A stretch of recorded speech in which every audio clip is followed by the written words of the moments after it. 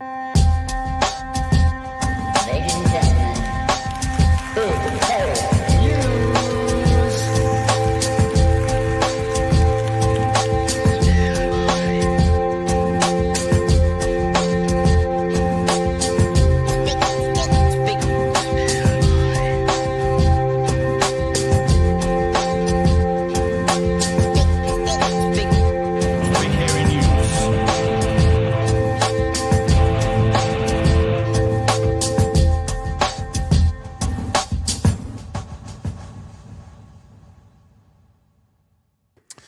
Hey, kia ora koutou e te whānau. Welcome back to another edition of Big Hairy News. Kia ora, Chewie.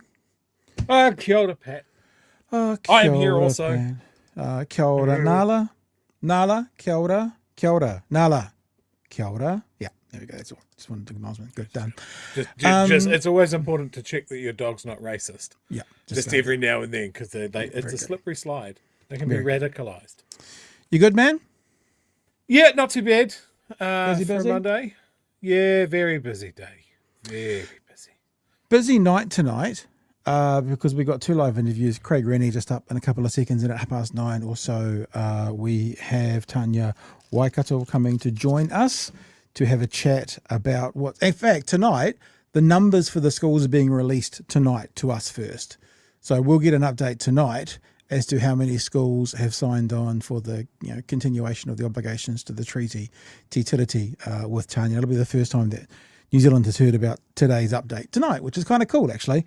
And also we have got a bit of Q&A around David Seymour and the Regulatory Standards Bill. We might also, if we've got time, get to... There was an update on the Te Pāti Māori story today. It's not in the notes.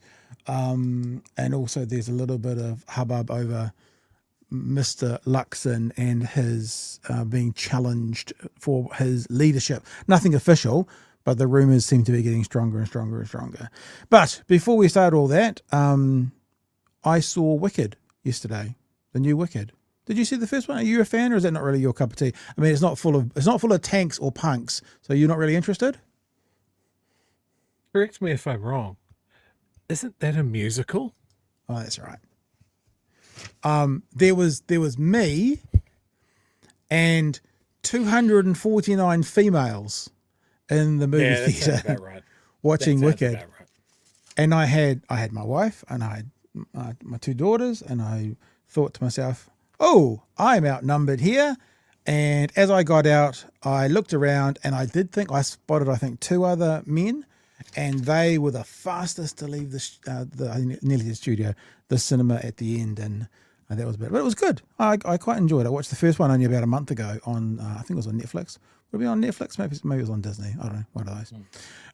But yeah, so that's us. Sorry we're a bit late tonight. We've still got some troubles with the system thing, which hopefully will be resolved this week, and it just makes it a bit longer for us to get to.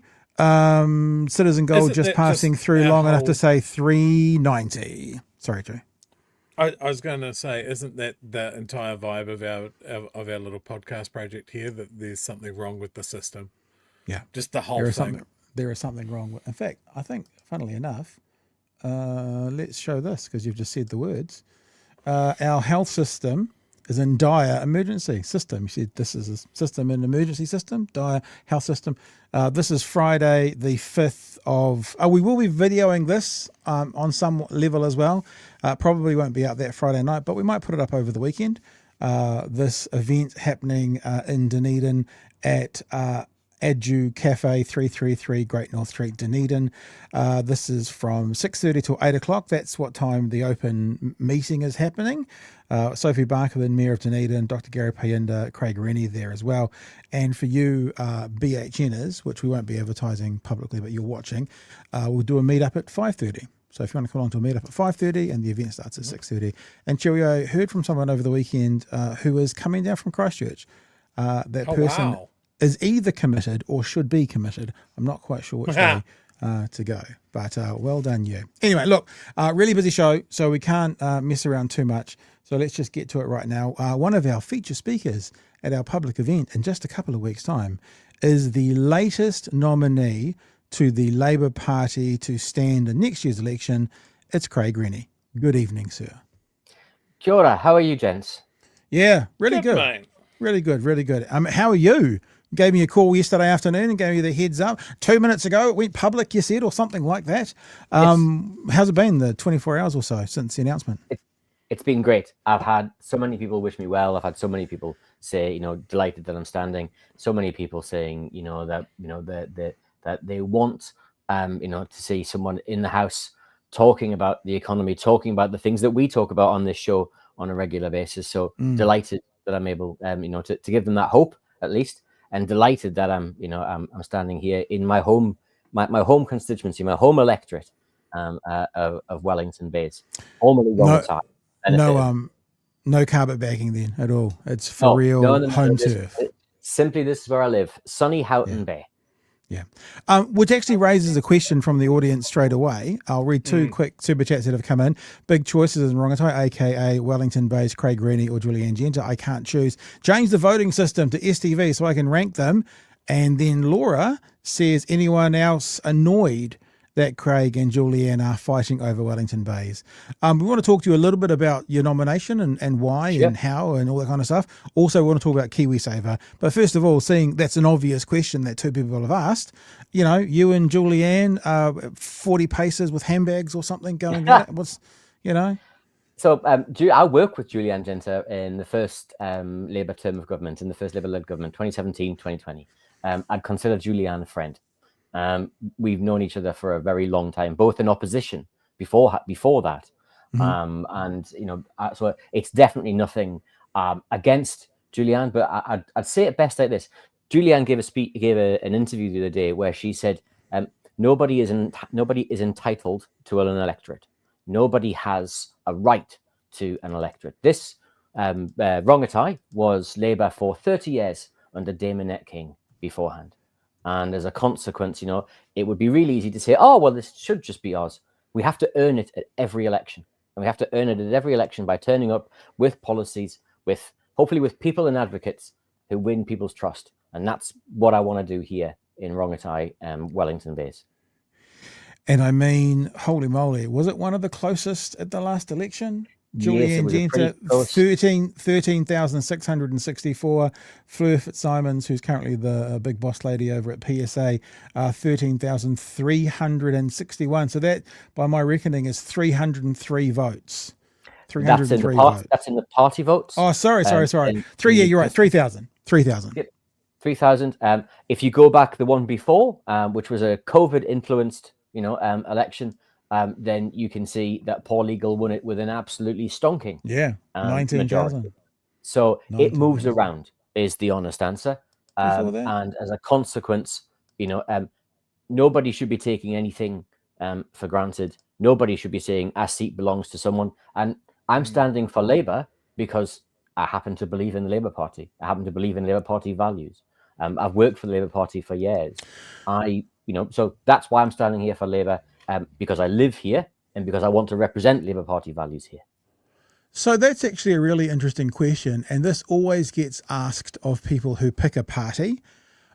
What is it that differentiates Labour from the Greens for you? So, because people would go, why not Greens? Not saying that that's where you would naturally go, but there has to be a rationale as to what differentiates those two parties for you. What is the difference, as far as you're concerned, between those two parties to lend you to wanting to stand for Labour? For me personally, it's that relentless focus on working people, working families, and making working class communities better off.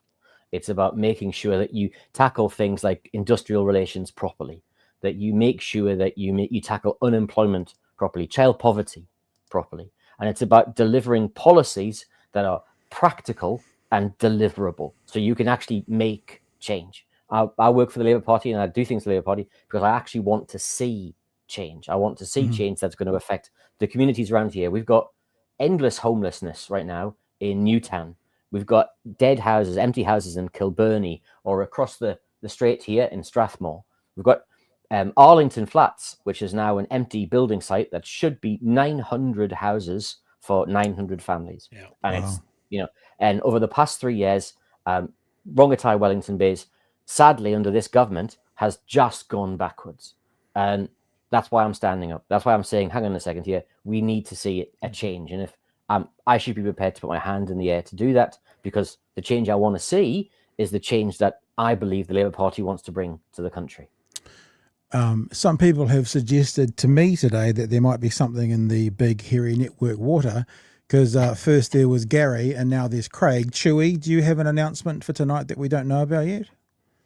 Look, I wanted to keep the BHN global hegemony. That's the $5 word that I was trying to use. Under my hat, but clearly I'm not doing a very good job. I would like, I got tagged in this like nanoseconds after it was announced.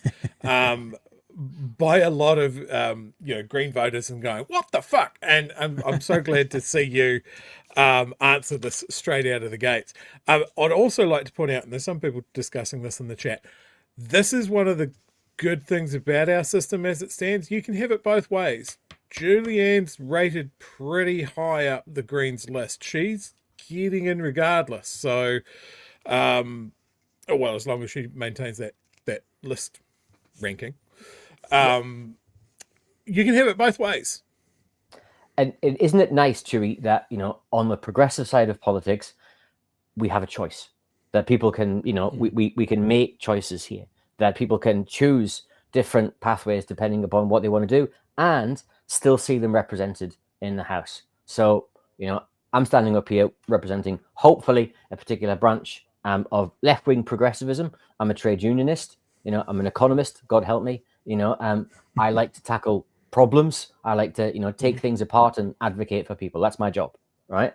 But isn't it great that here in the great city of Whanganui-a-Tara that we have a choice on the left, and we can have that debate in a civilized way and continue, to have great candidates regardless of which side comes out. Obviously, I'd prefer it was me, but that's it's a great place to be. When that conversation, sorry, Joe, you go. So I was just going to say, another way of looking at this as well, with you being a relatively new candidate, I would imagine that when Labour announced their list rankings, that you would be towards the bottom end. So winning the electorate. I would be extremely surprised if it were anything other than that. So, and I'm certainly not going to suggest otherwise, because that the lists normally get sorted next year, and that's a long way off before then. Yeah, so if we were to use our Nostradamus powers, and if you were going to be tactical in that electorate, then voting for you in that electorate and Green Party would be the best way to maximize your vote to get people representing your area in the House. You could say that, Chippy. I'll be relentless in saying 2 ticks for Labour in Wellington Bay. But in terms of the overall election, you're right. Julianne's been the constituency MP here. Clearly, we've got Tamitha just to the north here, in what's now Wellington North, which again is an oddly named electorate, because it's basically the Wellington Central still. But in terms of the city, we're going to have lots of competition. There's going to be lots of things, but whoever is in charge here, this city needs to change. We need to turn things around, because, man, over the past 3 years, things have gone downhill in too many places, and we've got a government that needs turfing out, right? And turfing out into space, to be frank, because we can't afford. And you get about 1,000 days in government, because you get 3 years in government. It's about 1,000 days. We can't afford another 1,000 days of this mob being in charge. So let's get rid of them. I'm going to play a little comment from the actual Chippy. You just called Chewie Chippy. I thought Chewie's had an upgrade.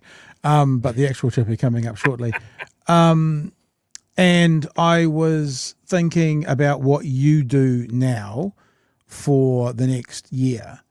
Like, because you are a nominee to win an electorate seat. How does that operate? Because you've got a job. And you're going to have to be campaigning as well. How does that all work in your head? Do the CTU go, you have a podcast and commitment there? How does it go in your head, time to commit to X versus Y? Does the CTU just go, we want you to be in there, go and do it? Or do you have to be on the campaign after hours? Or do you take leave? Or what happens? Yeah, essentially the latter. So I will be in my spare time when I'm not working for the CTU. I'll be going out and knocking on doors, doing things. As we get closer to the election, clearly I'll take some time off as what we call the short season, which is when all the politicians are out doing campaigning and in the full time. But the podcast doesn't change. The podcast will still be doing what it's doing because the podcast is about telling people essentially that here are some numbers, here's what they mean, here's a different view of what they could mean. Or when someone says something like Chris Bishop last week, that there were green shoots across the economy, perhaps if his government hadn't attached them with glyphosate, then we'd be slightly better off. So the podcast will remain the same. It will still be tackling those issues, and it will still be getting into the economy, unemployment, a range of things, and Kiwisaver. Hopefully this week, where we'll be looking at what the proposed changes from the National Party mean. Okay, let's do that in just a second. We'll get a first taste of your thoughts around Kiwisaver. But first of all, the media are already sort of at it. Craig Renney has been confirmed as you're one of your candidates for Wellington Bays. What happens to Barbara Edmonds? Barbara Edmonds is going to be the Minister of Finance in our next government. Craig brings a huge range of economic skills. He'll be a really valuable member of the team, but of course he'll be starting new. He'll be learning the ropes as a new Member of Parliament. And of course we want him to win that seat and get himself well established in that seat. What roles are you thinking for him? Because he does bring with him a whole lot of a wealth of knowledge and experience. He does, and he'll be a very valuable member of the team, but we're not getting ahead of ourselves here. We've got to get out, work hard and win the election. No one's divvying up ministerial roles at this point because we've got to get out there and win as many votes as we can. Will he have a role outside of Parliament in the lead up to the election? Craig is a member of the Labour Party Policy Council. He's a very active contributor to our policy debates. I'm sure he'll continue to do that. Will he be an associate finance spokesperson? No, he won't. None of our non-MP candidates will have spokesperson roles leading up to the election. We've never done that before. And all I can say is I think the funding for RNZ is becoming more and more evident, where they can no longer afford boom mics and they're just doing this from now on. I don't know what that's all about. So we don't really need to go into that. That's all pretty self-explanatory there. Unless you want to speak to that at all, like the expectations that are getting put on stuff. Okay. It's incredibly flattering. However, it's absolute nonsense. We have a finance spokesperson who not only is a personal friend of mine, is exactly the right person we need for this job right now. Barbara Edmonds is a tax lawyer. She's been doing this job. She's been taking it to Nicola Willis for the past 2 and a bit years. Right? We need to be doing that every day till the election. And then once Barbara's actually in suite 7.6, which is the suite the Minister of Finance occupies in the Beehive, she'll be exactly the right person to help turn the country and the unemployment numbers and the child poverty numbers around. And I will do whatever job the Labour Party, if I'm fortunate enough to be elected, asks of me. But I'll do whatever job Barbara asks of me as well. And during my selection meeting for the Labour Party, I gave a commitment. I said I would let nothing get in the way of being the representative for Wellington Bays. That's my job. That's my job for the next 1,000 days after the next government forms. And that's what I see myself doing. Well, I guess from all of us, officially, a big congratulations. I know we talked yesterday, but congratulations from the BHN whānau. And I guess we should start talking to those guys who are doing the collective, Chewie, because if the other two podcasters are becoming politicians, maybe that team from the collective is going to tell us something soon. Maybe they're starting their own political party.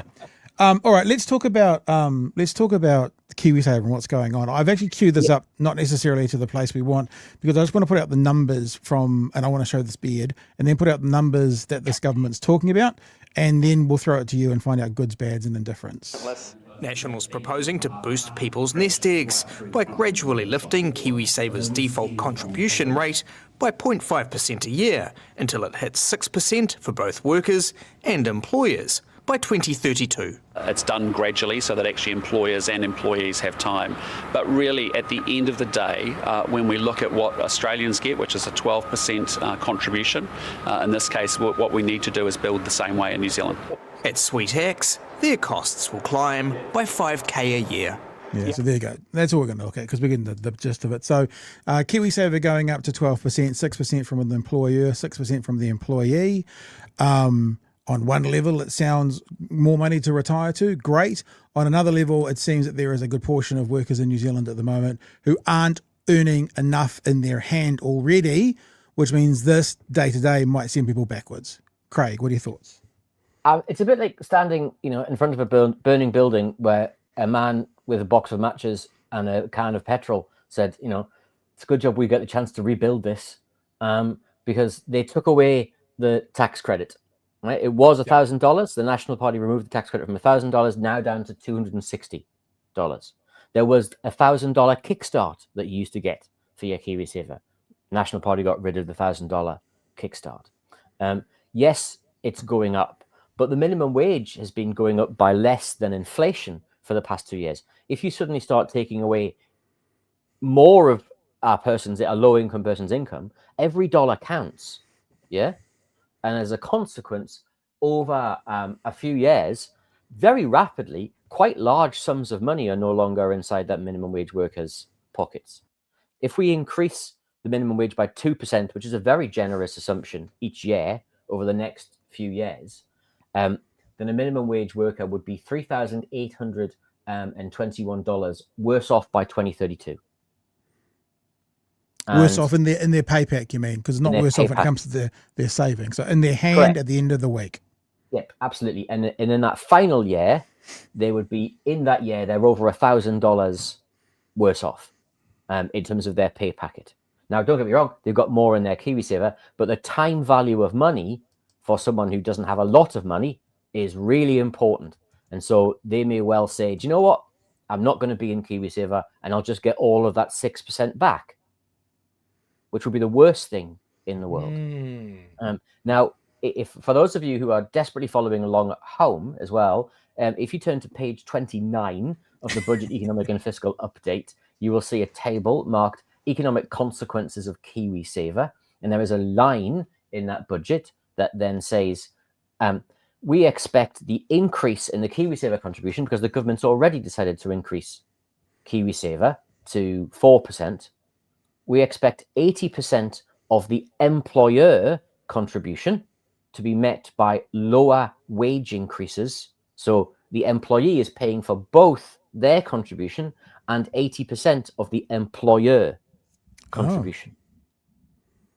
And so you keep lifting that, then what you're seeing essentially is year after year after year, your contribution's going up. Your wages aren't going up because your wages are going to pay your employer contribution. And then there are two things that make this worse. One of which is this will encourage a thing called total remuneration wages, where instead of being told this is what you're going to get, you get told your total rem is $120,000. That includes your Kiwisaver. If your Kiwisaver rate goes up, it doesn't make any difference to the employer because that's your total remuneration. And as a consequence, we'll see more and more and more total remuneration packages inside people's wages, inside employment contracts.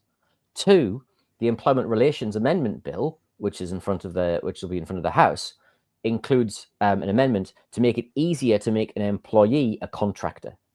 And if they're a contractor, they get neither the employee or the employer side of the Kiwisaver, meaning they're 12% worse off by the end of this. So it doesn't make any sense financially, and it doesn't make it's the right idea. We all need to save more money for Kiwisaver, but just like everything else, even when they've got the right idea, they're loading the costs on, or the current government's loading the costs on all of the wrong people.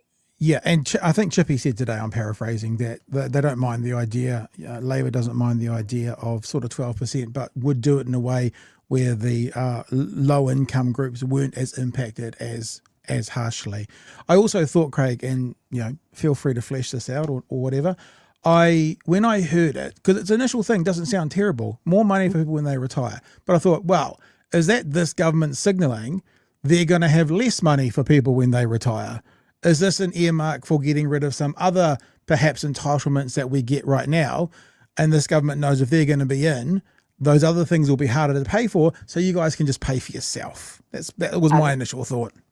Absolutely. And one of the things we need to be extremely careful of is if they move the age of superannuation, and that this is a scheme to help save for that, for that change, then tall, handsome, white economists like me, right? We get Tall. about 20 tall. Yeah. I got Tall. the handsome bit. I got the handsome bit. Just remember, on Friday week we're all going to be standing in the same room. Just remember that. I know. But as I say, got the handsome bit through. That's the most important thing. In terms of the tall, handsome, white economists like me, we'll get about 20 years post-retirement because our life expectancy is about 85. Yeah. The average Māori male's life expectancy is 73. So if you're taking away 2 years, I lose 10% of my superannuation, and the average Māori male loses 25% of their superannuation. Yeah. Right? It doesn't make any sense. All of this is, and then finally, this is all based upon the idea that we follow the Australian model, and the Australian model is fantastic. They've got 4.5 trillion Australian dollars under management in their superannuation schemes. It's part of the reason Australia can have nice things is because they've got so much money chasing every possible investment opportunity. Yeah. Thanks, Rob Muldoon. Appreciate that, mate. Dancing Cossacks got rid of that here. The challenge we have is that if we, when we have that shortage of money, when we don't have that money, we're looking for homes for that money. We can't invest it. Currently, most of our Kiwisaver heads straight overseas. 81% of our Kiwisaver heads straight overseas. But importantly, your employer pays all of your Kiwisaver. All 12% comes from the employer side. Yeah. That gets rid of all the incentives, the short-term incentives for you to not pay into your Kiwisaver, not make any additional contributions, because you're not having to pay any of it. It's just part of your remuneration package. And it's another example of why fair pay agreements would have been a good idea, because many of these things started as national awards in Australia, where they still have those. We don't have them here. It was fascinating to hear the Prime Minister today celebrating like they do in Australia, but leaving out that little bit about the employer pays the full 12%. I also thought if he's going to start, I wanted to say extolling the virtues. Is that the correct way to say that? Extolling the virtues of Australia and how Australia deals with public money. I'm assuming that therefore means Mr. Luxon is now pro capital gains tax, because they do that in Australia as well. So I'm assuming if he's in for a penny, he's in for a pound, to use the vernacular that a former Englishman may understand, because Australia seems pretty good in one area, but what, they're shit in the other? That seems, I don't know, convenient, Craig, is what I'd say. A more progressive taxation system, a Medicare system, lower unemployment, a stronger economy, so, I'm not saying all of these things, right, don't seem to be stopping 58% of Kiwis who are leaving the country permanently going to Australia right now. Every 7.5 minutes, is that the right number? Every 7 minutes and 22 seconds. Sorry, I didn't mean to exaggerate by saying 7 minutes and 30 seconds. I'm glad you pulled me up on that, Craig. Well worthwhile. Hey, look, just huge congratulations again on your nomination. So for the podcast this week, I'm assuming what you've just said is we're looking at Kiwisaver. We'll be looking at Kiwisaver. We'll be looking at the difference it makes for different income groups. We'll be looking at what the challenges are in its delivery. And if we were to take a scheme that looked more like Australia, then how might we get there? Yeah. All right. Before you take off, I'm just double checking the chats because there's probably a couple. And talking about you and Julianne, Peter says at least there'll be a no bullshit contest of ideas. That sounds pretty good. Someone else, Laura, also says, can we fuse Craig and Julianne together? Flex tape, maybe. Good use. We want to hear the use of flex tape. There's a few other ones in there, not directly. Someone wants to know how many cars are in the Vic Tunnel right now. Don't know if you can answer that question for us, but that's about it. Too many, I think is the answer. Isn't that too many? There's probably not enough to justify, lashing $4 billion on new tunnels, through the way through. Wellington does need lots of new infrastructure, but if you're going to spend 1% of GDP on some new tunnels, you want to make absolutely sure that you're spending it right. and that's something we haven't seen yet from any of the productions from the government. Very good. Hey, Craig, thanks for coming on tonight. Congratulations again. I'll see you later on in the week for your podcast, and we'll stay in touch as to what this government's up to, what they're doing, and how we can help tell the world about it. So congratulations, and thanks for coming on. Thank you very much, gents. Cheers, Craig. The latest nominee for the Labour Party to be a Labour Party Hey, MP. just to Craig tag Renney. on about the Wellington Tunnel, I saw, and I'm paraphrasing, I don't have the actual number that I saw, but the amount of money that they're potentially spending on that second Mount Vic tunnel would provide, if I recall correctly, 8 million free bus rides. Really? That's a So lot.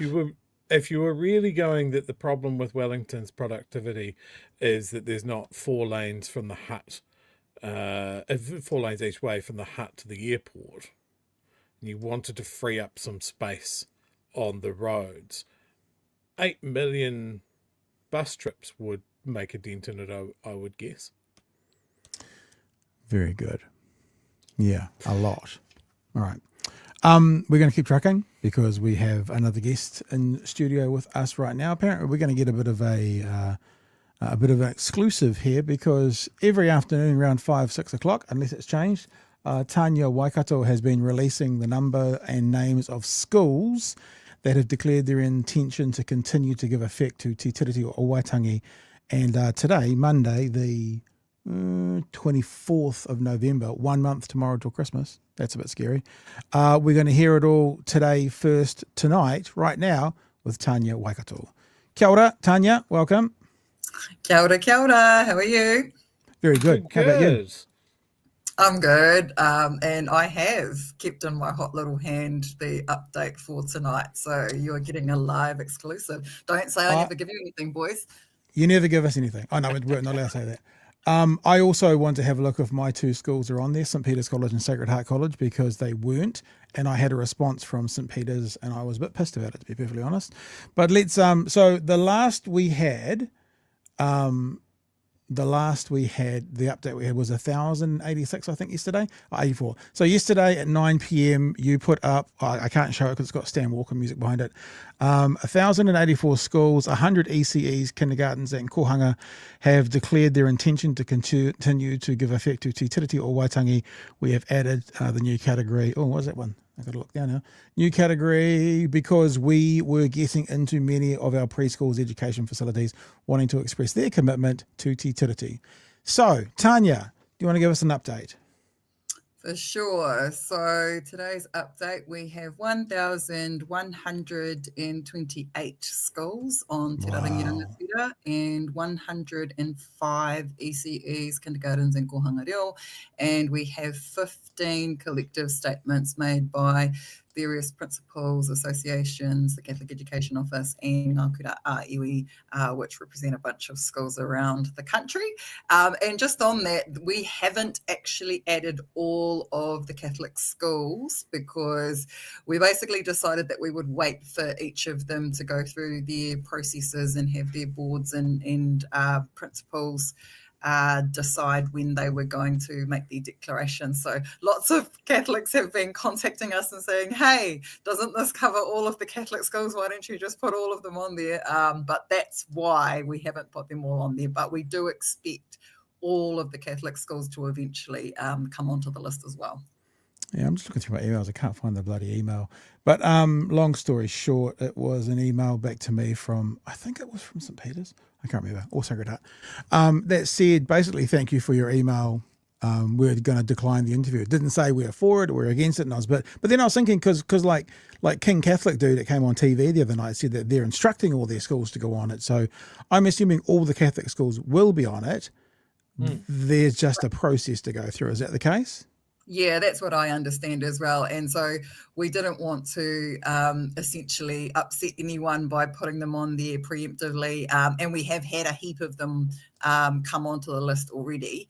But as I said, I expect them to all eventually make their way and have their meetings. And I do know that there are people meeting this week, because I keep getting messages saying, wait for us, we're coming, and we'll be there shortly. So it's just a matter of being patient. And I know a lot of the parents are not being patient at the moment.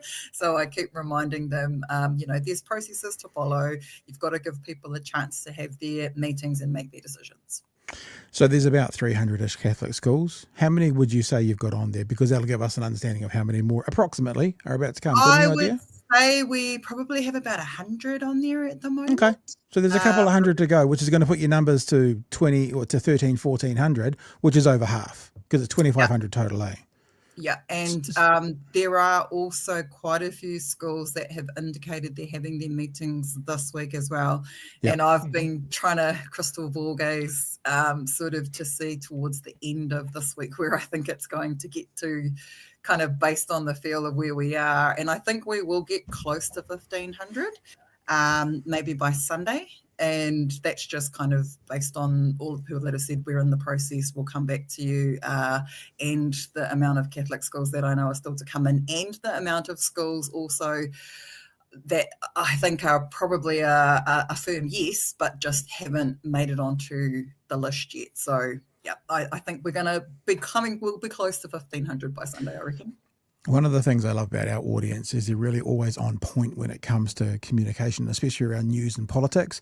Like Treknut says here, love Tania's earrings. I mean, just, on point, important comment to be passed on, etc., etc. Very deliberate, the earrings today. I'll tell you about the earrings, actually. This one is He Whakaputanga, which is basically a lot of people say this is the tuakana document to Te Tiriti, which was signed in 1835. And basically I've heard it referred to as the flag of the United Tribes. Same thing? Yes, but I mean the document itself was essentially New Zealand's declaration of being an independent country, so that essentially the mighty traders who were already trading overseas could go and trade overseas, and they needed a flag. So, and this one for me represents Te Tiriti. So one on each side, which is our constitutional foundation in earring form. So yeah, good spotting. Whoever said that in the chat. A big brain in the middle. Chewie, you got some thoughts, questions? If you just want to chuck up my screen for me there, Pat. Jeez, I know you're going to use that moment to reach into your fridge, but I was going to go get a beer or something. Yeah, so I've got to remove me. I'll come back and have a beer if we hit 1,500. That's for sure. Nice, for sure. So there we go. My old high school has made the list. Let's go. So when the Te Maru schools started coming in, because we had a bunch of people saying, when we put the map up of the South Island, oh my gosh, the comments went nuts and said, there's no schools in Te Maru, there's no schools in Queenstown, and I said, just wait, because I knew some were coming through. Yeah. That's so the last time we had you on, while I was talking to you, I handed out an email to my old school just going, hey, look, former student here, just wondering, you're not on this list that I've seen online. What's up? And I got a response basically back straight away from the principal the next day, just going, hey, look, our board hasn't met yet. This is up for discussion. I'll let you know. And then followed up by CCing me in this email, or sending it to me, and that sort of thing. Now, I like a lot of people, I grew up in Timaru, and I would describe it as a cultural desert. So I wasn't exactly holding out a lot of hope that this was going to be on anybody's sort of to-do list. But I have to say, enormously proud of my old high school putting out such a strong comment, and that this fits in very nicely with a lot of the other schools that have contributed to this list. That we're over 1,000 now. I assume that at some point we're going to have enough that David Seymour is publicly going to have to eat his words, accompanied with a nice side of a bag of dicks for being a smarmy prick about how many people had said that they were going to do this. Oh, it's aged like milk. Oh, I think it's actually such for me anyway, the last time I was on and you made the comment about David Seymour being out of touch with where New Zealand society is at the moment. And I love these particular leaders that are coming through from places that you wouldn't normally assume would be supportive of doing this. And for me, that just shows the progress that we have actually made in terms of people understanding Te Tiriti, that it's not something to be afraid of, and it's not something that's going to destroy the country, which is the line that, you know, the ACT Party and David Seymour are trying to sell to people. So I really do love seeing the leaders that come from places and schools that you would, I think people would assume that they're not going to be on the list. And I love getting those surprises. We actually had quite a few significant schools come through today from the North Shore, which is another place that a lot of people were sort of throwing a few stones and saying, well, they're not going to join the list. We had Takapuna Grammar and Takapuna Intermediate come through today. And another person put a comment in on Facebook today, just noting the schools within Epsom. Which is Auckland Grammar there yet? Not yet, but we have heard whispers about various people advocating. Eggs? What are eggs? Is eggs there yet? Eggs is another one that's being advocated for at present, but not there yet. But see, and this is another really interesting offshoot of this list is I'm now getting emails from doctors and lawyers and alumni of those very prestigious schools who are telling me that they are advocating to their old schools and asking them why they are not on that list. And so for me, again, this is another conversation that's an extremely interesting and important part of our political maturity, in my opinion, about how people who have gone to these schools have, I suppose, had the benefit of the top echelon of education and are now coming back to their schools and saying, hey, this is what we think you should be doing. And that's not for me to say, it's not for anyone else. Like, you know what I mean? Like, this is a conversation that is being had in so many different spaces with different people for different reasons. And for me, it's part of an historical moment that we're witnessing right now. And it's normal, everyday people who are saying it's time to stand up and it's time to do something. Just sorry for the people I was using shorthand in the chat. Eggs? Epsom Girls Grammar School. Hey, tell me you went to a flash school in Auckland without telling me. You know what eggs and ironically, as eggs, Epsom Girls Grammar is on Gillies Ave, which is the same road that Seymour's offices are on. And then there's also Auckland Normal Intermediate, which is up by Teachers Training College, and there's a few around there still to go. I've got a bit of I mean, the significance for people that don't understand the Auckland sort of school area, which is what we're talking about, and where David Seymour's electorate is that Dio and Auckland Girls Grammar are two very influential girls' school in that area. And so the fact that both of them have come on and Eggs went to the I suppose what I would call, they really said it with their chest. You know, they put out their own social media post with, you know, not just the one letter like everyone else. They emphasized it and went to the extent of making tiles that broke it down into several pieces so that they could say exactly why they were doing this and what they saw the value in it being. Couple of things. Here's the first thing. So here's the map. If people want to check it out, there's the map of all the Te Tiritis. A lot of them. I thought there was only one, but there's heaps here. Is that Chatham's? There's the Chathams. How cute is the Chathams? That's adorable. Yeah. And I got a message because the first time I posted the map, I didn't even see the Chathams, and I got a message from the schools in the Chathams to say, hey, don't forget us. Yeah, very cute. Now the second thing is, Chewie, you just said something really interesting. You said if it gets to 1,500, or you said, well, Seymour will have to come on and eat his words. Here's what I'm pledging. That's not what I said, Pat. That's not what I said. I said he'd have to eat a bag of dicks. Yeah, it was a bag of dicks. Just saying. I remember. I think words. I think that what we're going to do, this is what we commit to right now. I don't have anything to do with these guys, but we've used them before, Mustache and Milk. They're a pretty amazing cookie company, you know, like the schniz, like they really are. I mean, check them out. So when we get to 1,500, you come back on, Tanya. Yeah. We will. I can't say these guys will do it, but I will. Yes, they will. Shut up! Stop, Chewie. Be quiet. You're ruining my special. We'll go to these guys and we'll either get them to make a cookie in the shape of the words where he said something like there's 2,000 that aren't, or we'll get them to craft it onto a cookie, and then we'll send it to Mr. Seymour to see if he would like to eat his words. That's and amazing. so we'll do that. All right. That'll be our I wonder way. if they do a custom shape cookie. Like a bag in a bag, a certain Like bag. a lot, like a instead of a perfectly round one, like an oval shape, and maybe 2 little backup. Can we do cookies. a Te Tiriti shaped cookie? That would be. And maybe what we can do is when he's in his electorate office, we could find someone who is one of those old boys or old girls from one of those local schools in his electorate and get him to drop it off for us. That'd be quite lovely. That would be Like brilliant. like the sure border. we could get some volunteers from Yeah, like- that would do that for sure. Like the head of the board of trustees or something, or a preeminent doctor, or, you know, the people that he really will scrape and grovel to. Anyway, we'll figure that out. We'll send him something where he has the opportunity to eat his words. And see what I'm doing, Tanya, you're putting dozens and dozens and dozens and dozens and dozens of hours work into this.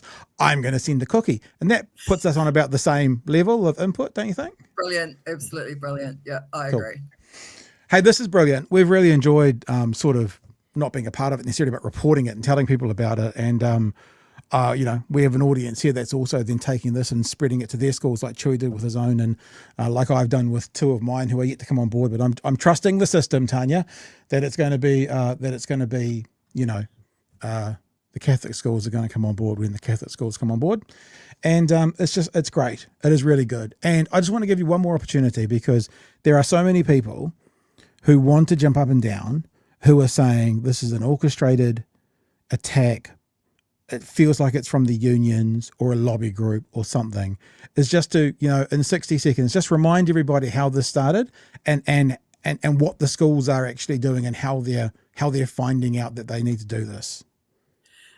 Yeah, for sure. This is a totally organic reaction from the schools. Nobody started advocating for them to do this. Nobody jumped up and down. There was no union saying to them, go and make a statement to say that you will continue to give effect to Te Tiriti. It literally was just started by, as far as I'm aware, Upper School in Whakatane was the first one, and then Whakatane High School may have been the second. There could have been others that did it at the same time, but those are the first ones that I was aware of. And then all I did was post those and, you know, say I thought this was a cool thing. And then we saw, you know, 5, 10, 100. And I don't know whether or not those other schools were already thinking about doing it and then saw, you know, that I had started posting it and then decided to send them to me. I really don't know. It was one of those things where social media, I think, was just a tool for something that was already happening and already in the works. And it just encouraged, you know, how people talk about the power of one, and someone mentioned that in a comment today. And that's what this is. And it's nothing to do with me. It was the power of one school doing the first letter. And then all I did was share that and give it a platform so that others could see what was being done. And then people went, oh, I want to do that too. So that's, for me, is the politicians trying to make excuses for failing to recognise the importance of this provision to those schools. And these schools are reacting in a very natural way to that.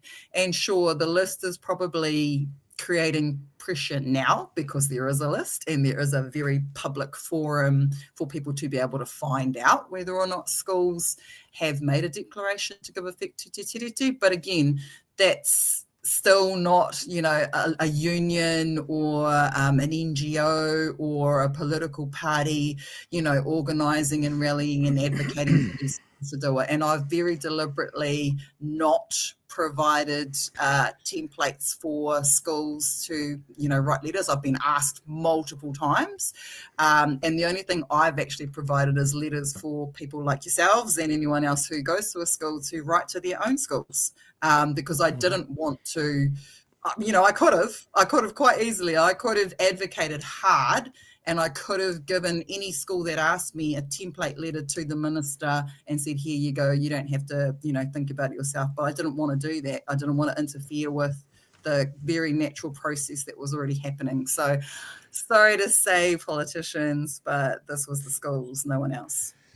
Couple of things. What you're describing is the power of one. It's that saying, a journey of 1,000 miles begins with one step. It's the one, and then that one follows, and then all of a sudden you've done 100, and then you've done 1,000. The other thing, I'm sorry, I had to hold in a laugh there because someone in the chat got me, who has pledged $2 to send Seymour a cocky. I just thought that was very funny. Seymour's another one. Seymour's cookie is a cocky. So, and that's why I don't actually want to do that. I actually had to. You were in a very serious moment there, Tanya, and I did not. We're having a moment. I did not want to do that. The chat, we love the chat, and we love I think one of the funniest things, and it's very necessary for me too, about this entire journey over this last year, where I've basically been doing two bloody jobs at the same time. You gotta laugh. You gotta have a laugh about the absolute absurdity of some of the things that this government's been doing. Because if you don't, it's just going to drive you up the bloody wall. And I'm very conscious of, people are exhausted. It's been a long year. We're nearly at the end of the year. So yeah, I think Mr. Seymour probably deserves a Christmas cocky just quietly. And I just actually wanted to ask, it is still related to what you just said, because the accusations and stuff about union organisation, I haven't heard you mention NZEI or NZPPTA. Have any of them got in contact with you subsequent to this happening? Yeah, subsequently. And same with the Principals Association. Yep. Toitu have been helping out, but that's literally like only helping with the platforming of what was already started. None of them are actually what I would call leading or advocating or, in any way. They've joined into this rather than them sorting this. They've joined into it. Exactly. Or rather than anyone actually leading it, and anyone who says that, this is a union conspiracy, or, someone is behind this. Nah, there's not. Hey, I hate to break it to you, but the schools can actually think for themselves. And they're more than capable of writing extremely well-written letters, articulating why they are doing this, which, Chewie's school's letter, I had a quick read of it while you had it up there. The caliber of the letters that is coming through is actually phenomenal. I've been so impressed with, I think, the level of understanding of Te Tiriti for a start, but then the way that they have expressed their unique connection and what they've been working on in their own school context is really interesting. Fantastic and fabulous to have you on. We're going to do a little bit of RSP with David Seymour now. Do you want to do a part of a story with us? I mean, RSP is your thing, or do you want to head off? Like, genuinely, both things are fine with us. Like you say, RSP is my thing. Let's go for it. Before we do that, because some people have sent in some chats and some of them are from the last story, I just want to do them all and then we can move into David Seymour on Q&A. The pigeon cat says Julianne Gentle was ranked 4th on the list in the Greens in 23. So you have both unless she gets bumped down a lot. So that's talking about Craig Renney and Julianne Gentle. $5 for a cup of tea with Julianne Gentle from Bill. Jonathan says Craig is great, but his reasons for choosing Labour over the Greens is the same reasons that I moved my allegiance from Labour to the Greens. So there you go. I guess we can see in it what we see in it. Maybe it's a bit like, Vodafone or Selfa or 2 Degrees or Spark. Some people have a terrible experience with one and they go to another, but just as many people have a terrible experience with one they've just gone to and they go back that way. I don't know. Maybe. I don't know. There's cookie time from Trek Nuts, and Arvids is in the cookie fund as well. There you go. That's the super chats up till right now. Okay, well, listen, Tania, we'd love to have you on this because, I mean, you are one of the faces who was speaking most loudly and and intelligently about the old regulatory standards bill and what was going on there. And because it's just passed on Q&A in the weekend, pardon me, David Seymour was talking a bit about it. Now, this first bit's only 30 seconds. It's not so much about the regulatory standards bill, but it's about the submissions that have happened under this government, knowing that we've had the Treaty Principles Bill, the Regulatory Standards Bill, and I'm going to say MACA, the Marine and Coastal Area Bill MACA. David Seymour's pretty dismissive of large numbers for some reason. More submissions to Parliament in the last 2 years than in the whole history of our Parliament before that. So what that tells me is that submissions are kind of being weaponised by campaigns. So I don't pay too much attention to that. I pay attention to some of the arguments, but not just to the numbers. In terms of the coalition partner, you've had Winston come out and he said he's going to go against it. Then he said it's not a bottom line. Who knows? But your point is that it's been contentious, and I agree with that. I think now the thing is, just being fair, not that I need to be, he has picked one of the two possibilities. Like, if there's record numbers of submissions, he has picked one of the possibilities. It could be being weaponized, or it could be an organized sort of attack on this government who are just doing good things, or it could be that they've pissed the country off so much and activated so many people that they've felt that they have to now participate in the system that they haven't participated in before. I tend to err with the latter. He's suggesting it's the former. What are your thoughts, Tanya? You've been involved in those submissions. What are your thoughts? I think he's the sorest loser on the block is what I think. He knows. The biggest loser. That's a good T-shirt, actually. The biggest loser. We've got some branding for that. I like that one. He knows exactly why there has been a record number of submissions in the past 2 years. It's because he, in particular, has been bringing legislation that is an absolutely abhorrent use of Parliament. And he knows that the Treaty Principles Bill in particular was so divisive and such an abuse of parliamentary process that it did trigger the largest number of submissions in the country ever. And then he followed that up with the Regulatory Standards Bill, which again was one of the most maligned pieces of legislation the 3 other times that they tried to pass it. And what I have to say to his, I suppose, minimization of the hundreds of thousands of people that mobilized to put written submissions against both of those rubbish pieces of legislation is that he's just crying because he can't mobilize as well as we can. And he can't get people, actual people, to move in the way that we can, because what he's missing in this entire equation is that you can't buy how people feel, and you can't buy how, I suppose, truth cuts through BS, regardless of how much political spin you want to put on it, which is what he's trying to do now that he's lost all of those battles, even though he got his Regulatory Standards Act through by virtue of it being in the coalition agreement. The people spoke in their hundreds of thousands. So, of course, the only thing that he can possibly do to counteract that is to poo-poo it and say, oh, it's been weaponized and people are just using these processes against us. The other thing I also want to say is that I learnt how to do this from the right wing. The right wing started weaponizing this submissions process. And I literally learned how to do this from them when they when they did stop the amendments that were supposed to be passed after the Christchurch massacre. And they were going to change the law so that religion became one of the grounds that you can't be discriminated against on. And the right wing put in 12,000 submissions against that bill. And they did that by way of basically getting a website and getting people to fill it in and then putting all of those submissions through.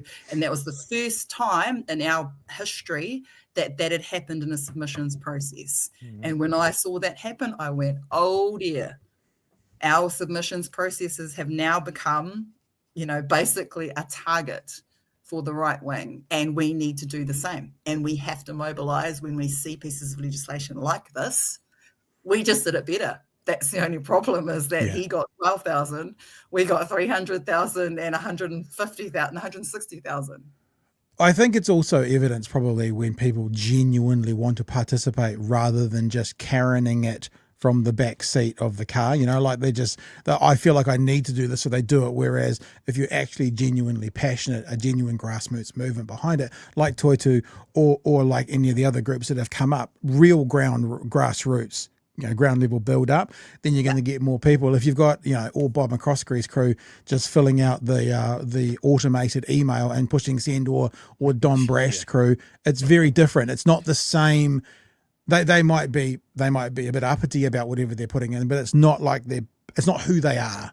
This is an attack on who people are. Paying for those submissions first time they did it. Yep, we heard they were paying, and I don't have proof of that, but we heard they were paying people to make those submissions. Wow. But that's what I mean. I mean, when we were in the thick of the Treaty Principles Bill and also the Regulatory Standards Bill, the reason I even got involved publicly in the first place was because people were asking me how to do it. Do you know what I mean? Like, I wasn't running around trying to manufacture the need. The need was coming to me and saying, I feel so strongly about this, but I don't know how to participate. Can you help me understand the process and help me to get my voice heard? So that's why I started participating, because the need was already there. The desire to participate was already there. But our, by and large, New Zealand at the time, I know it's hard to remember now, but people didn't know what a bill was. People didn't know how to make a submission to a select committee. People didn't know, the passage of a bill through Parliament. And we educated hundreds of thousands of people through that process and gave them the tools to do it, which is a very different situation from what the Taxpayers Union and Hobson's Pledge were doing in respect of those other bills that they have targeted in very similar ways. And, you're never going to hear David Seymour talking about that. And you're never going to hear them talking about how they blocked that amendment, which was the only law change other than the gun law change that came out of the Royal Commission of Inquiry into the Christchurch massacres. And for me, the hijacking of that particular piece of legislation was just abhorrent to me. That the way that they did that and the way that they stopped that after that massacre was something that really made me, as a lawyer, go, our systems are under attack. And they are being subjugated, by these very rich and powerful groups who know how to use the system. So for me, I just feel a responsibility as a lawyer and as someone who knows how to participate in the processes to even the playing field. I've had some thoughts today, and I'm not going to go into them now because I don't want to derail us on another tangent, but about learning from the right. I've had an experience today where I've learned something from the right that I think I'm going to talk about later in the week that I think we need to start doing on the left. So you just reminded me of that. Michael says 300,000 submissions and it still passes. Seymour is a radical extremist. Yep. Right, let's go to another clip. We're just going to really watch one clip, but it's about 4 minutes long. It doesn't mean we have to, at any stage, you shout out stop, Tania, and we'll stop, or else we'll just stop at natural places. But Jack started to talk to Mr. Seymour there, the man with the thinnest lips in the world from the looks of that freeze frame, who was talking a bit about... Lizard lips. Who was talking a bit about the legislation that this government has passed this year and how it doesn't actually fit the regulatory standards bill that he's passed this year. And very quickly, Seymour basically goes, yeah, but there was reasons it didn't fit. So this legislation that they're passing, that they're imposing on all of New Zealand, they are not interested in abiding by themselves, which suggests, once again, potentially ulterior motives here. So under the principles of good lawmaking as defined in the legislation, the first principle you've highlighted is the importance of consulting.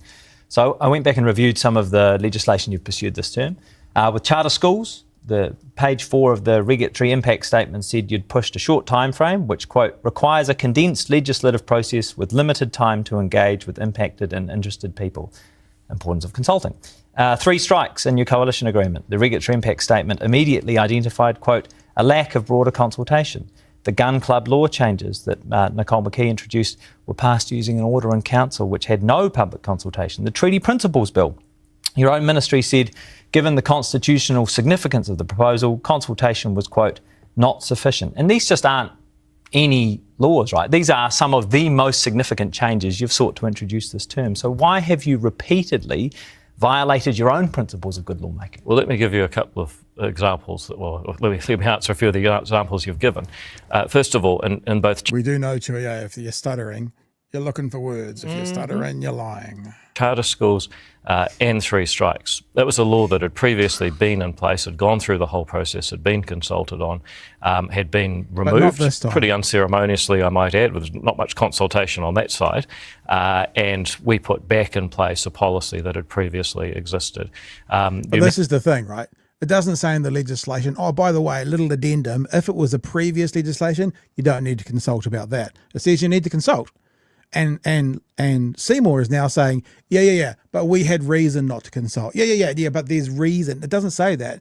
The RSP doesn't say, if you've got reason to ignore all these laws, and you can just ignore them. It says you got to do them. And they didn't do them. Anything to say, Tania or Chewie, or should we keep going?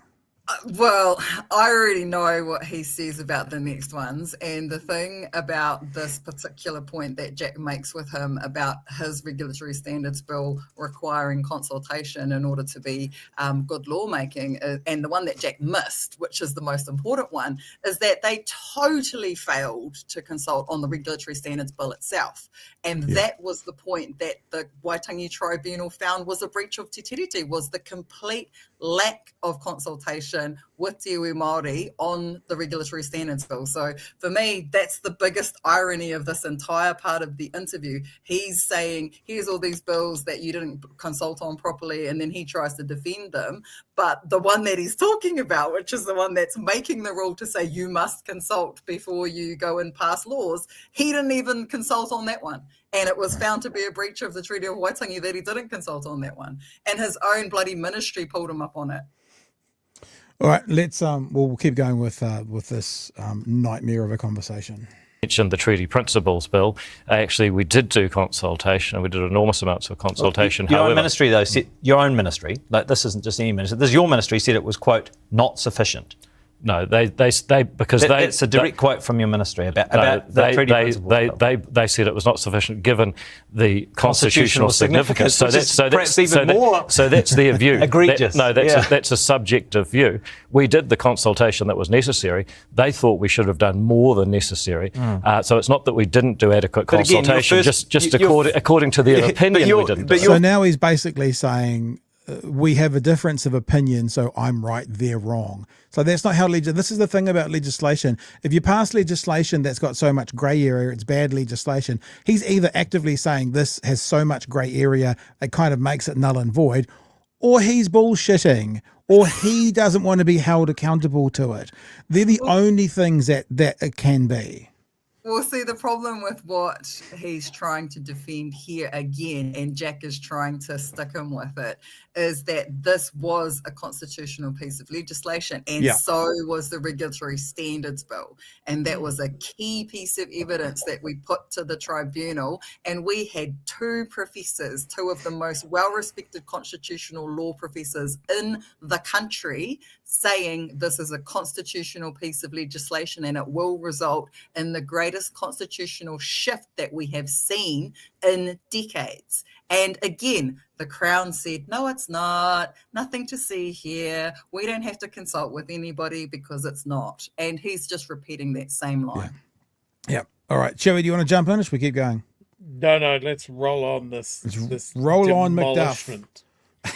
First principle of good lawmaking is the importance of consulting. So here you are proposing a constitutionally significant bill, which your own ministry says is insufficient. No, we did adequate consultation. They had a subjective view. We did it right. They were wrong. He's talking about his own ministry. Yeah. His own ministry. It's very Trumpian, isn't it? I'm right. My own ministry is all wrong. They're all wrong. I'll throw them under the bus. The ridiculous thing about him saying it's subjective. Yes, but it's your ministry that's got that subjective opinion. It's the Crown that has that subjective opinion, and you're the one saying that they're wrong. So it's effectively, this is one of the most ironic things that I was hoping people would understand about the regulatory standards bill. His own ministry was saying you didn't consult properly. And they weren't just saying you didn't consult properly. They were also saying this bill is not the best option to fix the policy problem you are trying to fix. So when you think about it, that is the government saying that, because it's the ministry that's saying that. And he's trying to say that's a subjective opinion. No, the one with the subjective opinion is you, David. Chewie, don't you love having someone on the show tonight who was literally in the room when it happened, as Hamilton said? Isn't it great? Isn't it fun? That's amazing. Just sit back. It's delicious. All right, let's got a couple of minutes to go. We'll try and get to the end of it.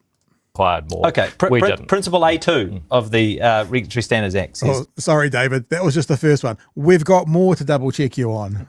Quote, the law should not adversely affect rights and liberties or impose obligations retrospectively. Do you accept that by scrapping pay equity, when claims were in process, was by definition retrospective? No, I don't, because people had made applications, but they hadn't had them awarded. If somebody had made an application and then lost what had been awarded, that would be different. But frankly, we can stop anywhere you want, Tania. This one really pissed me off, because what he's saying, it pissed me off for two reasons. The first one is he's saying, well, okay, you only had your applications for pay equity and you hadn't actually been awarded them yet, therefore we can still take them off you, and, no harm, no foul, which in itself is just completely rubbish in terms of his argument about we're not taking people's rights away. You absolutely were taking people's rights away. You were taking away their right to a fair process based on the law as it was. And then you just decided to yank it out from under them with no consultation at all, which is why you pissed off half the population of New Zealand in the process. But that is not what pissed me off the most about that answer. What pissed me off the most about that answer is that they did this exact thing. He's talking about, we would never take away people's rights once they'd actually been granted. Hello, MACA Act. Hello. Yeah. There were a number of MACA applications that had already been heard, already had decisions made, orders were made, and the law has been applied retrospectively. And those orders have to go and be reheard, wasting millions and millions of dollars of taxpayer money under the new law. So you've literally got claimants who were awarded, they'd had their cases, this took years and years worth of work, millions of dollars of taxpayers' money in the High Court to run these cases, and they're now being all wiped, and they all have to go back to court again and go through this process again. So when he makes this argument to say we're not taking away people's rights that have already been granted, is an absolute lie, and I wish that Jack had pulled him up on it, but he didn't. And I was like, oh, you could have nailed him there, Jack, but anyway. All right, let's go. The other point I'd make about this is that in the case of the pay equity, this was a frankly crazy structure that had been put in place to try and construct what people's wages should be. But it's not whether or not you think the changes had merit. It's whether or not the changes that you introduced with zero consultation met the own standards that you've defined as the principles of good lawmaking with this Act. Well, I answered that, we didn't take away anything that somebody Did you consult? Well, that's not the point. Well, hang on. What's principle number one of your under your Regulatory Standards Act of good lawmaking? Principle number one is... I can appreciate what you're trying to say. The importance of consulting. Yeah, I know what you're trying to say, but my point is that in the case of the pay equity law, we didn't take away a right that someone had to contract. What we took away was a rather unusual structure that had been created that was actually unsustainable. That took it away retrospectively, though. Isn't this one of the points that we're talking about? It made no sense. And I do draw a division between taking away something that is really artificial versus someone's basic rights to use their property, to contract, to have the rule of law applied to them. That's quite different. For example, if you say the question is whether or not it's consistent with the principles of good lawmaking as you've defined them in this Act, right? And there are 5 examples that I've just pulled up where, at the very least, well, three of which I've answered, two of which we can come back to. Whether or not you've achieved that first principle of consulting at an appropriate level is a point of debate. So, at least 3 of them, I think I've shown we did. Given the circumstances, you might contest the treaty principles, but there was zero. The unusual circumstances in each case. Yeah, I mean, this is the thing, right? either regulatory standards apply to all lawmaking, or they just apply to laws that when it suits? No, they apply given the facts, and the facts are that in 2 cases you had laws that had previously been introduced, consulted up the wazoo, actually practiced for several years, and then unceremoniously dumped with no consultation. We put them back. So you can't be too dismissive of the answers I'm giving. Well, you can be. I mean, if he wants to be. I mean, they're worth dismissing. It. So, Tania, I saw you there. This is the other thing I was going to do this, and I didn't do this, and I probably shouldn't tell you because I still might do this. The number of times he says property rights in this conversation, it must be 40. He must say it 40 times. I was going to go through and grab them all and make a supercut. I didn't get around to doing it, but the number of times he said property, and I was just going to set the scene by saying, I wonder what this conversation's about, and push play. Property. Now, what he doesn't talk about, though, Tania, is how do those property rights impact with, for example, the original owners of the land and having that land taken away from them and having an agreement that the Crown's supposed to adhere to recompense or to figure out what that property ownership was all about and how it applies to today. He doesn't talk about that very much. Well, that is the most, for me anyway, the biggest slap in the face about everything he is saying about we're not messing with property rights. Nothing we're doing is taking away people's property rights. We're not doing anything in terms of reversing property rights that have already been awarded. Oh, wait, what about Mecca? What about all of the awards that were made under the current legislation all the way to the Supreme Court? And then this government decided we're just going to change the rules entirely because we don't like all of those orders that have been made. And we don't like the fact that we know if this carries on in the way that the Supreme Court has decided the law should be interpreted, that there will be iwi and hapu and whānau all around the country who obtain these orders. So we're not just going to change the law so that people, can't get them in the future. We're actually going to make it retrospective as well. And we are going to take away orders that have already been made. We're going to take away property rights that have already been granted. So it's just another, I suppose, example of how he applies the law and he talks about property rights, but that's only for a certain group of people, and Māori are excluded from that, and is one of the most insidious parts of the Regulatory Standards Bill, that it pretends to champion property rights just so long as they're not Māori property rights. And exactly that's right. The one that I would love Jack to have put to him, because it would have been smush all over his face, because there is no answer to that. You can't, how are you going to explain that you let a bunch of people go to court, fight for their rights in the way that the government had decided that they were allowed to do it after a really long and drawn out political controversy over what that looked like? And then once we got the results of that, what did this government do? Just completely reverse it. It's almost like this government needed some extra cash that they couldn't find from elsewhere for some decisions that they made, and so they it's just weird, eh? Hey, now, Chewie, my friend, just going to reallocate the budget from this over there, and this one over there, and we had some spare money from the charter schools, so we'll just give it back and put it over here. Chewie, Tania and I have monopolised this time. As we wrap up and say thanks to Tania and say goodbye to her, do you want to wrap with anything, mention anything, comment on anything, sir? Why is David Seymour? Where is David Seymour? Why? I'll tell you why. I just enjoy seeing us getting his ass kicked every time. I'll tell you why I think David Seymour. I think David Seymour was required, and this is a crack-up view that I have. I think he was required to wake all of us up, because we were headed, I suppose, in a direction, and we needed a bad guy. Every good movie needs a bad guy, and he is the quintessential bad guy of our political spectrum. And what he's done through, this term of government has created such an awakening in so many people to learn about politics, participate in politics, to learn about democracy, and we need it. We need it now more than ever, leading into the next election. So for that, I am actually grateful for there being a David Seymour, because without it, so many people would still be asleep at the wheel. We did comment several times over this last couple of years. It's going to be a strange thing that one of the legacies of both Winston Peters and David Seymour this term is the unification of many Māori who at one stage were maybe not quite so unified. Hey, Tania, it's been an absolute pleasure having you here tonight. Thank you for hanging around for a while. It's great, Chewie, and we can just throw something else at the ball and sit back and do nothing. I love it. We should do this more. It's great fun.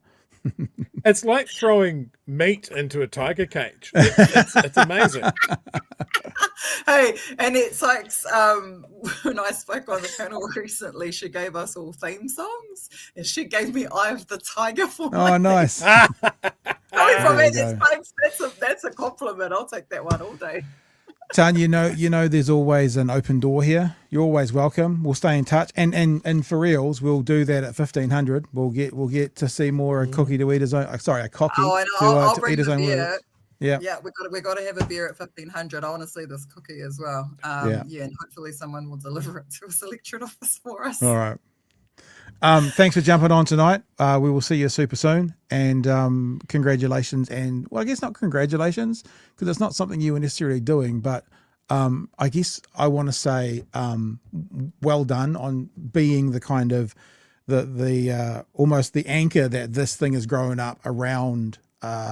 Even though it's independent and it's organic, it still needed someone to be able to then collate and get it all together. So awesome for doing that. Well done for doing that. It needed a big mouth, and I am very much the big mouth. Yeah, but that's also because people trust you, Tanya. They trust you, they respect you. So, you know, they give you the important jobs. And that's what this was. So well done. Thank you. I appreciate it, boys, and it's always a pleasure. Cool. Talk soon, eh? Cheers. I just want to do this one more time because, again, speaking of the thinnest lips you've ever seen, such a thin lip picture. Oh my gosh, lizard lip thief. Lizard lips. Do you reckon he'll come on next year? Maybe he won't. Okay, at this rate, almost guaranteed. I'd say we're always so respectful. I think if anyone needs to order a cookie, you should definitely go to Mustache and Milk. And if you go there and order a cookie, tell them that we sent you. And so that when we hit them up to make us a cookie, they know that they've got some press. It's pretty good. I found these guys last year because Kiwi Skirt didn't come down for the Christmas party, but I wanted to send her something. So I sent her one of the big packs from here. I have Kiwi Skirts in the chat. Maybe she can speak to it if it was as amazing as they all look. Mm-hmm. Okay. Anything you want to chime off about to do with that before we are going to do a one last story because we can. It's going to be on Te Pāti Māori and what happened and what's been released today. But yeah, anything you wanted to mention before we move on? I guess I just want to come back and ring the bell that this is one of David Seymour's biggest failings is that he will go off and poo-poo a movement straight out of the gates. You know, he'll go, it's a tiny amount of schools. There's actually so many more schools on, day 3? Yeah. Of schools sending this in. Absolutely has no idea what was coming. And when I said that this will age like milk, it always was going to. The initial reaction from teachers about this was not good. Why did he expect that this would peter out on him? Why does he think that attitude is going to get him what he wants, which is less people to pay attention to this, rather than what it actually does is people go, that smarmy prick. I'm going to bring this up at the board meeting. It's also that same sort of vibe. I said this the other day about people who brag about their numbers like it's I'm right because I've got more numbers. Because eventually those people will be taken over by someone else, which means you're not as correct. And it's the same. So when he goes, it's only 500 schools or it's only 200 schools or whatever it was, what is he going to say when it's 1,500? Because he can't say it's only then. And what he set it up to be is it doesn't matter because it's only 200 schools, then obviously it matters heaps if it's 1,600 schools. And he's actually set up that dichotomy on himself, which is why he just might have to receive a cookie. So, you know. He Something did like it to himself. He did it to himself.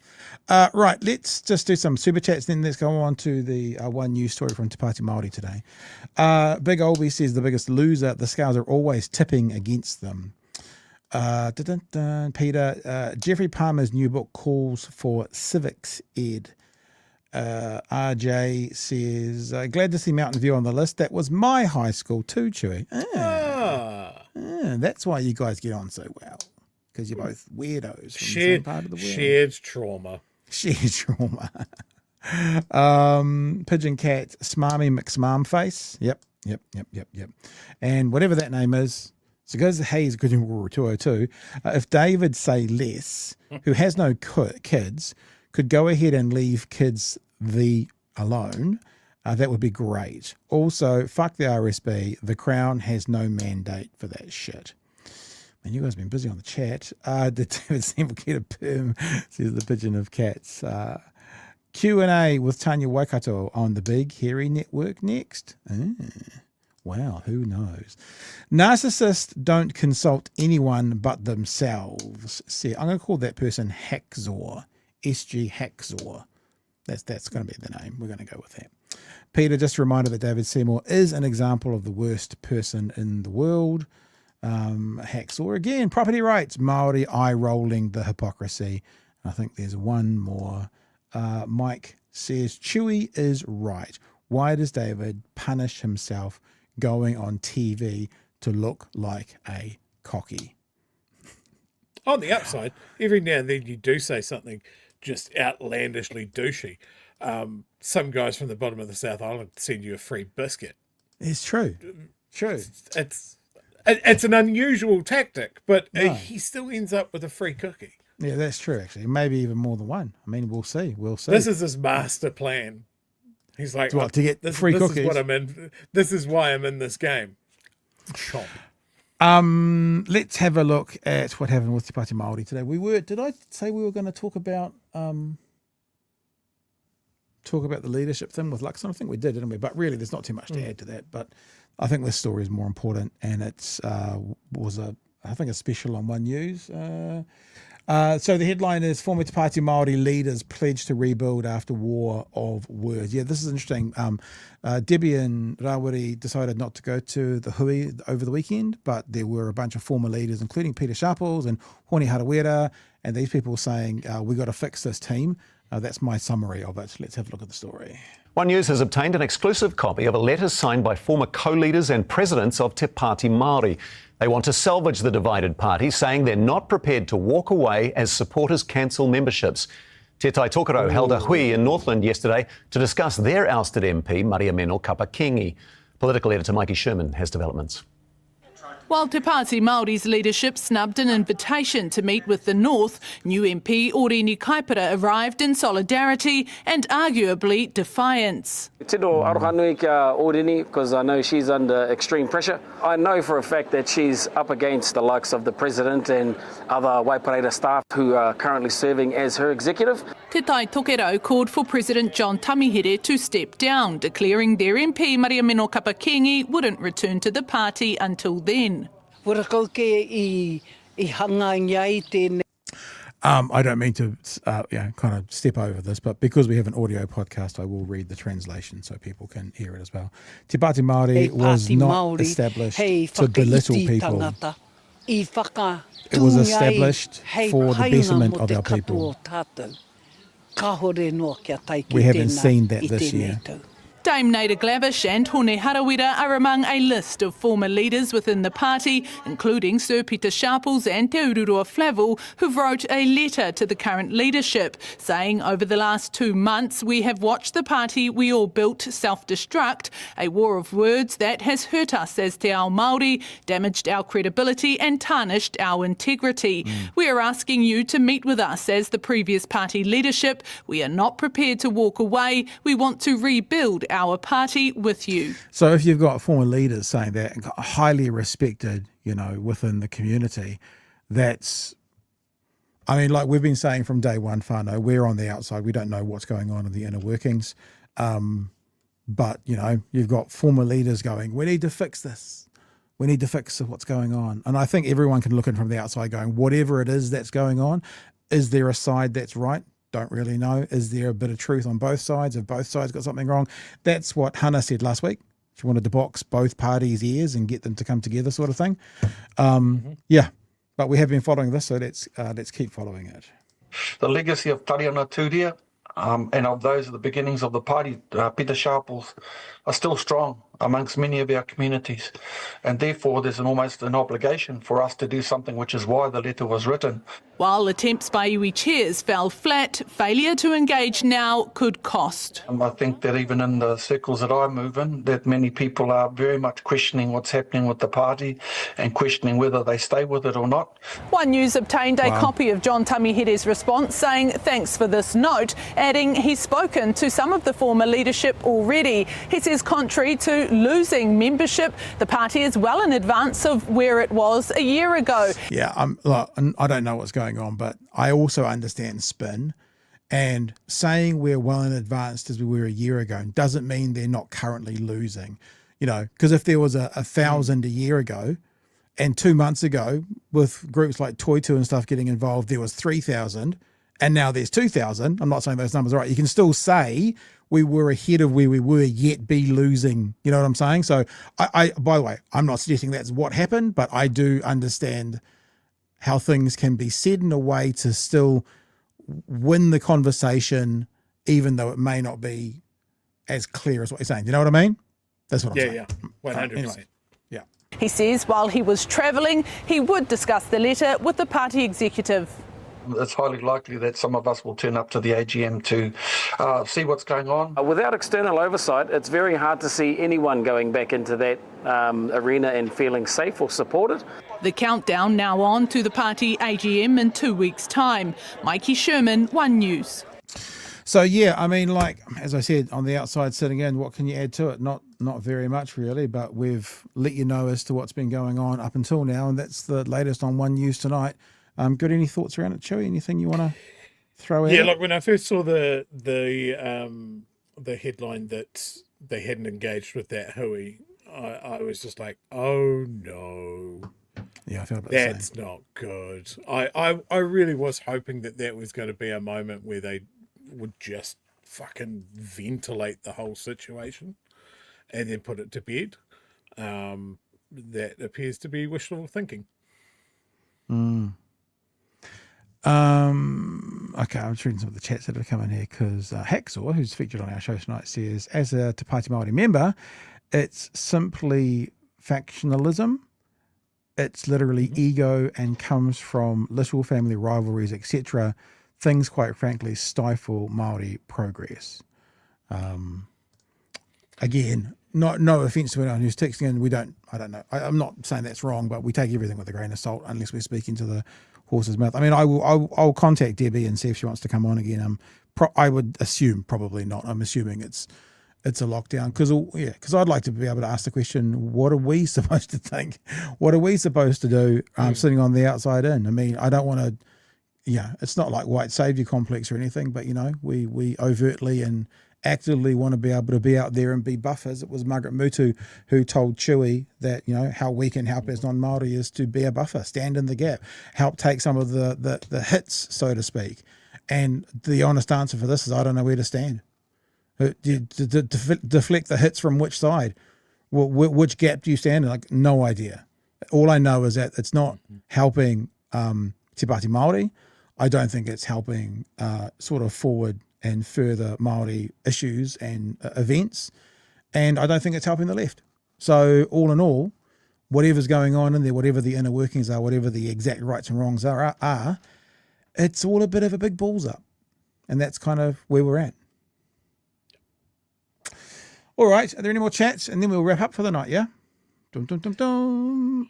I for some reason, I thought someone one day would say something about us. I don't know why, but yes, Seymour always the winner of Songy Biscuit.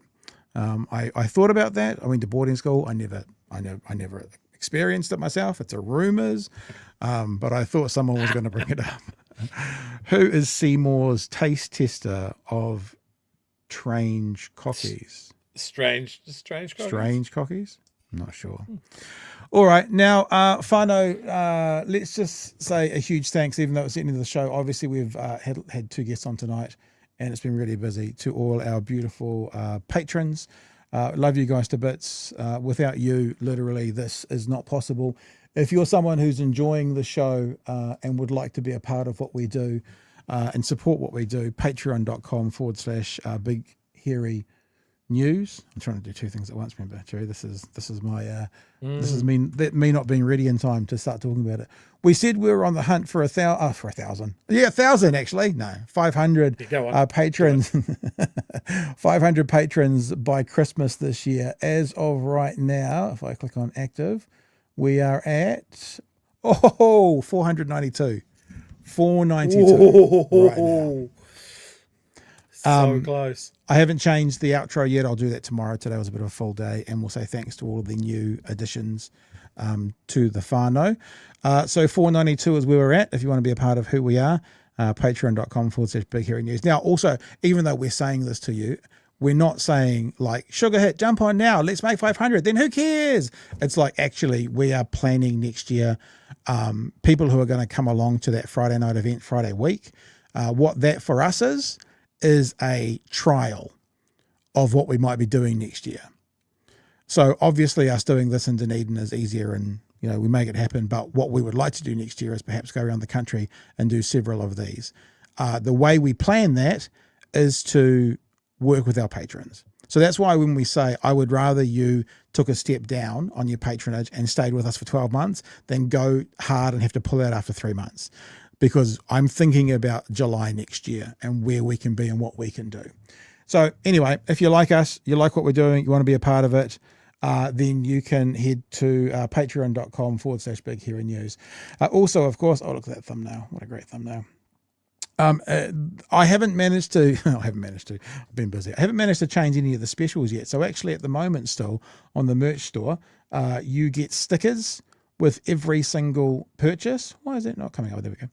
Stickers with every single purchase. We just throw them in. If you buy a t-shirt, you get 4. If you buy a hoodie, you get 8. 8 stickers is worth $32 in the retail amount. So it's a $32 bonus with a hoodie. However, if you buy a second item of clothing, hoodie or t-shirt, you can get that for half price. So you get stickers with every purchase and a second item of clothing you get for half price. And if at checkout you use the code awards2025, you still get free delivery. Now, I probably should have turned all that off yesterday, but I haven't. So this is probably a chance for you to get in and get those deals still to get free stickers, merch at half price, and free delivery on bhn.nz/shop. Or just go to BHN. Obviously, there's the Big Hairy Network page, and it's up the top there somewhere. Where is it, Chewie? Oh, there it is right there, shop. And go and have a look at all the stuff we've got there. The dogs are selling as well, Chewie. There are people buying Ilva t-shirts. How do you feel about that? People having Ilva t-shirts out there. That's really interesting. Yeah. Whose dog's winning? I actually think yours has got a couple and mine's got one so far. So I think you might have more. Yeah, BHN dog fighting. That sounds wrong. Sorry, that sounds wrong. We're not going to talk about that. So yeah, they've got those. Yeah, we've got the new dog ones as well. We've got the new cute dog ones together. What about together? Being friends together, isn't that better? Friends together. Friends. And all the ones you know and love, including the 4 faces of the 4 hosts here. And also, of course, even though I noticed today, I might actually do the research on this tomorrow, there was some Israel bombing, maybe Lebanon today. We still have the You Can't Bomb the Truth Away t-shirts and hoodies are in there as well if you're interested in those. Trump's all right, my peace, dude. Everybody. All right, my dudes. I was going to say g'day to the dog, but guess what? Someone came home and so she pissed off. So no dog. So I can't use and abuse my dog at the end of the show. Yeah. No, I won't do it now. I'll tell you afterwards about what I've learned from the right today and something new that we might start and try because of it. We'll do it during the week. Later in the week, you'll find out. It's nothing that's going to happen. It's just pat brain thoughts stuff. Pat brain thoughts. All right, guys. I think that's pretty much us. I don't know. Is there anything else you want to get to, Chewie? Anything else we need to mention before we go? This is a pretty early one for us for a Monday. Mondays often go to 1 in the morning. It's crazy, isn't it? Nice. Nice. No, nothing more from me, Pat. And remember, over the next 2 weeks, we'll be building up to Christmas because we have our BHN Christmas party on Saturday the 6th of December, which is why Friday the 5th of December we're doing that event, which is a listener meet up at 5:30, and also we're doing the open event, the public event, with Craig speaking, with Gary speaking, with our mayor speaking, and Chewie's going to speak as well. I'm going to sit in the background and do nothing. It's fantastic. Yeah, be a big weekend. All right, whānau. Someone has to yell banner right now because I'm about to turn it off. There we go. Banner's gone. Because you can't have the banner on when you do this or it goes over your face. And we do definitely want to see your beautiful face, Chewie. All right, team. We'll catch you tomorrow night from 9 p.m. for the next edition of Big Hairy News.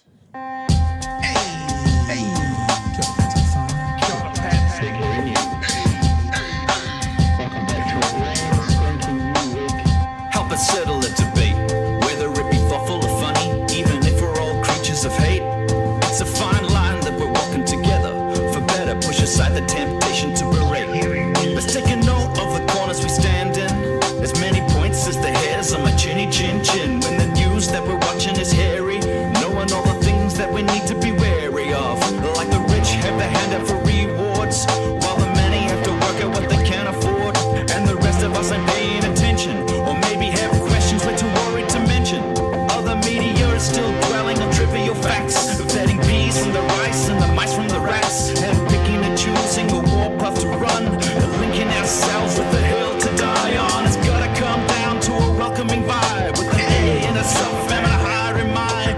All heavily neither this way or that, and we'll be analyzed by both Chewie and Pat. With the evil in the world trying to mess with your head, and you're sitting on the couch, you're thinking chivalry's dead. Each night, 2 nights, they're gonna sing you to bed. It's Big Hairy News. I don't really have anything else to add, Chewie. I've every 10. You've only spoken one word for every 10 of mine tonight. So do you want to wrap up with anything?